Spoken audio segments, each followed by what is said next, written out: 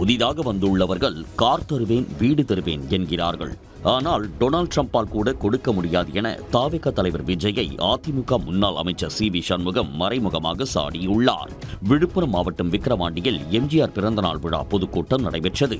அப்போது பொதுக்கூட்டத்தில் பேசிய அதிமுக முன்னாள் அமைச்சர் சி.வி. சண்முகம் தாவேக தலைவர் விஜயின் கார், வீடு போன்ற வாக்குறுதிகள் குறித்து விமர்சித்தார்.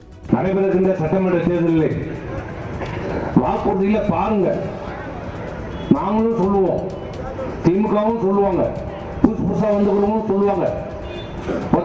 காரு, பங்களா, வீடு, காரு, பங்களா, வீடு அமெரிக்காக்காரங்க கூட கொடுக்க மாட்டான், டொனால்ட் ட்ரம்ப் கூட கொடுக்க மாட்டான். இது மாதிரி நிறைய சொல்லுவாங்க. திமுகவும் அதிமுகவும் அளிக்கும் வாக்குறுதிகளை பார்த்து சிந்தித்து மக்கள் வாக்களிக்க வேண்டும் என்றும் சி.வி. சண்முகம் கேட்டுக் கொண்டார்.